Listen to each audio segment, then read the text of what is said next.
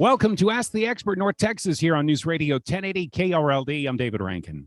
And I'm Kristen Diaz. Finally this week, the U.S. Census Bureau has updated its official population estimates. And the new figures that were released Thursday say that Latinos have made up the largest share of the state's population since at least July 2022. That new population figures, they actually show Hispanic Texans made up 40.2% of the state's population last summer, barely edging out non-Hispanic white Texans, who made up 39.8%. So on today's Ask the Expert, we welcome J.R. Gonzalez. He is the Executive Vice Chair of the Texas Association of Mexican American Chambers of Commerce and also the voice behind the Latino Business Report podcast. J.R., thanks so much for spending some time with us today. Kristen, David, thank you so much. It's always a pleasure being with you guys. JR, the last time we spoke, we were actually discussing the 2020 census numbers were likely behind on reflecting the growth of the Hispanic population here in Texas by a larger margin. How do you feel about the latest figures? Well, the latest figures, I'm glad to see that they're out and people are recognizing just the size and the impact of the Latino community. But as always, as we talked about last time, if I were to come back in a second life, I'd either want to be a weatherman or a census person because, they always don't get it right eventually, but they're always behind. The census is now officially 40.2%, but we all also recognize that especially the Latino community historically has always been undercounted. And this last time, the 2020 census was no exception, undercounted even more. So, it's good to see that we're finally up there. A lot of people don't realize that Texas has been a majority state for quite a while now. And the Census Bureau is just kind of getting caught up on the numbers. But with that at 40.2%, which I actually think is going to be significantly higher, officially the U.S. is now 20% Hispanic. The one thing that came out of this is in doing research for our chat, I took a look at California, and California has been majority Latino since at least 2015. What has that meant for the state of California as far as any kind of clout? Well, David, it's given them the numbers. The population has definitely increased. I think California and Texas it's like apples and oranges. California, the great state of California, they have the large population. They have a larger Hispanic population, but in Texas, I think our proximity, a long border, the fact that economically we're a bit more robust and solvent just makes a lot of difference. But it's an interesting fact that as you look at the size of the population, that if you were to look at from years 2020 to 2030, 78% of all new people entering the workforce will be Hispanic. 78% between 2020 and 2030 will be Hispanic. So it only stands to reason as the population continues to grow, so is the workforce. And for business owners, so is the consumer base. As that consumer base starts to grow, if you're not doing multicultural marketing, you're not doing marketing. You need business owners, businesses need to do a better job of reaching out to the Latino Hispanic community and capturing that market share.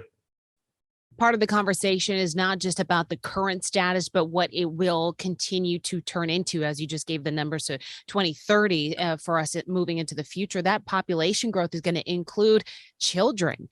How much of a change is projected in not only like our classrooms, but also the businesses towards Hispanic kids? Kristen, that's a great question. If you look at it right now on a national level, about 25% of America's youth are Hispanic, 25%. And I can't remember the figure off the top of my head, but I think that out of the population, the amount that are under 18 years old is significant, which that's going to affect future the electoral system, future elections. The Hispanic population, as it grows, is not only having an impact socially, economically, but also politically. And to David's question, California has, I think, been able to take advantage of some of that, but in the same respect, Texas is a completely different animal. And as we're continuing to grow, we need to recognize that it is going to have a significant impact. However, I also warn, do not think just because somebody's Hispanic that they're automatically Democrat. I mean, there is a good mix of political affiliations within the Hispanic community. Do you also find that political candidates are finally starting to target the Latino audiences as far as the important issues that target the Hispanic community? David, I'm not going to say finally. Let me rephrase that. David, it's nice to see that the people running for office are starting to recognize the impact a bit more of the Latino community. Before, they would say, you know what, well, we're not going to spend any money and we're not going to do anything in the Hispanic community because they never vote. Well, it's kind of a self-perpetuating cycle in that if you don't put any effort into that community, why should they vote? So now that more people are starting to recognize just the sheer numbers and how the Hispanic population can shift an election at both a national and a local level, it's becoming more and more apparent that they are starting to pay attention.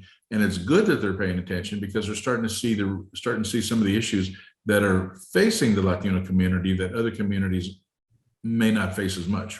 We talk about others looking at the Hispanic community. What about the actual Hispanics? What kind of impact are they having right now on running for office, on, being change makers in their community?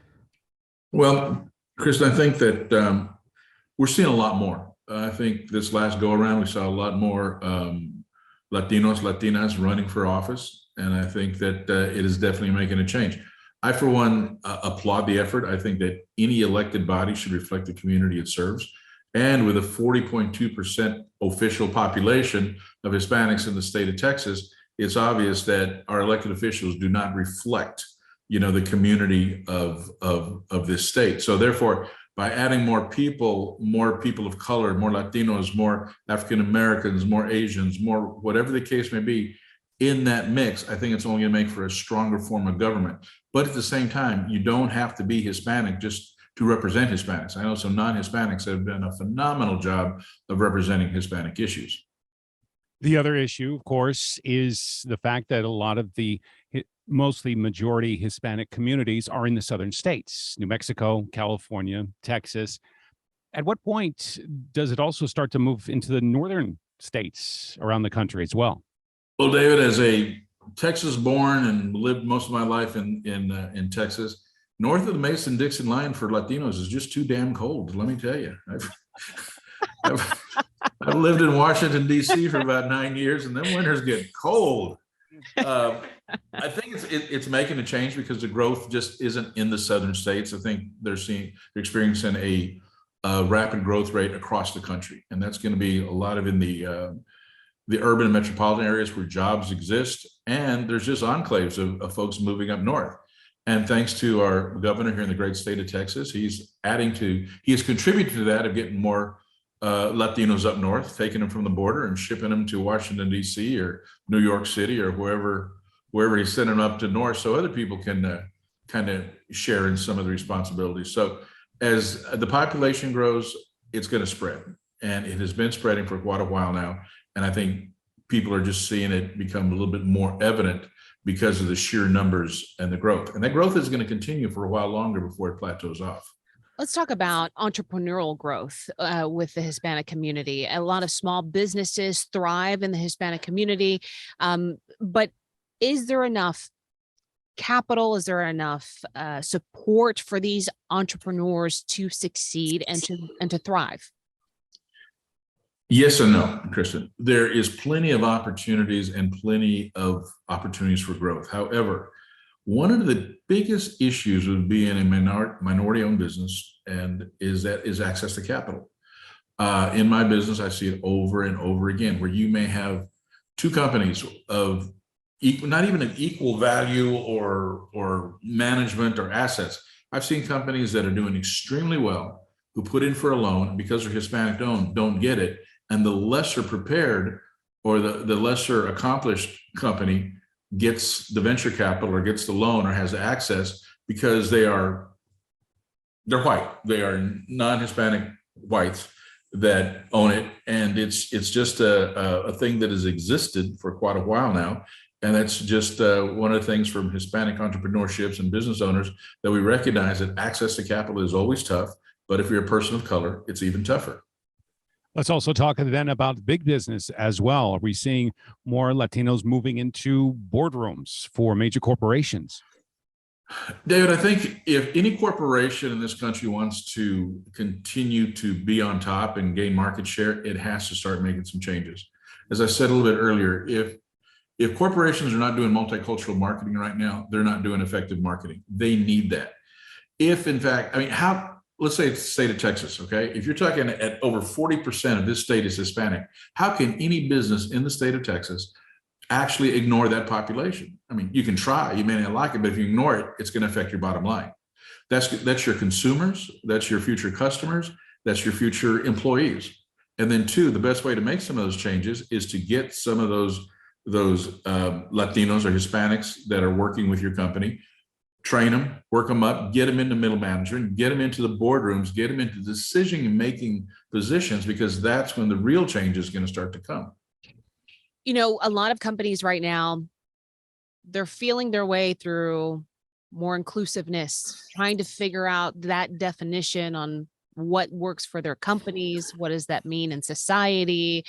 We've seen a lot of changes, a lot more bolder statements from companies. But when it comes to understanding Latinos, we've talked about this before, JR. We're not a monolith. They're from different countries, they're different generations. Yeah. Hispanic Latino also incorporates two different mindsets for some people. But when we talk about the population here in North Texas, or in Texas in general, we know it's primarily Mexican American. But there are other cultures. How do businesses do the research? How do they learn about a community that is has so many different layers? Well, you're absolutely right. I mean, heck, us Latinos are trying to figure each other out. We have about 22 different countries of origin, and with that always comes the differences and the different nuances, whether it be the slang or the way you say stuff. I was in Eastern Seaboard one time and somebody said something to me and I go, Monday. And they go, oh, you're Mexican. I go, yeah. He goes, well, you're the only ones that go Monday. And I go, well, okay, I'll get that. So there's just so many differences within the Latino community. You're right. We are not a monolithic group. It is very hard for any corporation to say, this is the way we're going to do it. Now, you mentioned it earlier in my latest podcast that I have out right now. The title of it is 7 Myths of Hispanic Marketing. So you may want to try to catch that. I mean, it's interesting that just because you just can't translate what you do in English and expect to connect with the Latino community, or you just can't put somebody's grandmother or put some family scene of Hispanics expected to connect. Or some people think, well, let's just add a group of mariachis or mariachi music and it'll connect with the consumer and everything will be great. No, I mean, it is a different mindset. It's a different approach. It's a different way of tapping into the culture. And just simply translating something from English to Spanish is not going to necessarily do it. Or just adding brown faces or putting mariachi music, that is not going to do it, because as you well know, I mean, mariachi is very specific to the region of Mexico where you have 22 different countries of origin. Everybody has a different experience. And then add the fact that we have a lot of mixed cultural families now, you know, races and cultures, that even adds to it and makes it even more complicated to actually tap into the market. For sure. For sure. JR, is there anything else that you wanted to mention about this topic? I think thank you. I think that what I'd like to say about the topic is, guys, you can try to build a wall, you can tighten immigration issues, you can do everything you want, but it's already here. The growth is here. The growth is going to continue. There's nothing you can do to stop it. One of the things that's interesting, a lot of people don't realize, nobody's trying to cancel anybody out. If you look at it, one of the biggest issues of why Hispanics are now, especially in Texas and across the country, are growing at such a phenomenal rate is because non-Hispanic whites in their birth rates are actually declining. So your population of non-Hispanic whites is actually shrinking, where your Hispanic population, which is considerably younger, average age of Latino in this country is going to be about 27, 28, 29 years old, where everybody else is going to be 30 plus, almost 40. Younger, childbearing, good Catholics, have more kids. I mean, that's just a trend that's out there. And with that trend is going to continue. So from a social, from an economic, from a business, from a political standpoint, it's like The Latino community is here. It's here to stay, growing in numbers, and can continue to grow for another, we're in what, 2023? It's going to continue to grow for another 25 to 30 years before it plateaus off. So it finally plateaus off, you're going to see close to about 25% Hispanic population across the country. And maybe by then, the Census Bureau will get at least the southern states like Texas correct. And you'll see even a larger Hispanic population here. But along with that population growth comes a lot of concerns for me, is that the emphasis on education. We have to have education. We have to have an educated workforce. We have to have people in all walks of life. And just because somebody is Hispanic doesn't mean they run a taco truck, own a restaurant, or in landscaping. There are a lot of Hispanic professionals out there, and that industry is continuing to grow. And it's just a recognition that, you know, I'm not a Hispanic, you know, businessman. I'm just a businessman who happens to be Hispanic. And then I also use that to leverage it through contacts, through putting together deals or whatever. And the fact that we are so close to the Mexican border, you know, Mexico is the United States' second largest trading partner in the world. So, you know, from a trading standpoint, from a global stand, is that if the United States is going to succeed, I believe that it needs to embrace the growing Latino community, put the community work in key areas, and utilize their understanding of culture and language to grow that industry or that business on a global scale. Thank you so much, J.R. Gonzalez. He again is with TAMACC, the Texas Mexican American Association, Chamber of Commerce, and let me get that again, Executive Vice Chair of the Texas Association of Mexican American Chamber of Commerce, TAMACC, and also the voice behind the Latino Business Report podcast. Thank you so much, JR. We appreciate it. Chris and David, thank you so much. It's always a pleasure being on your show.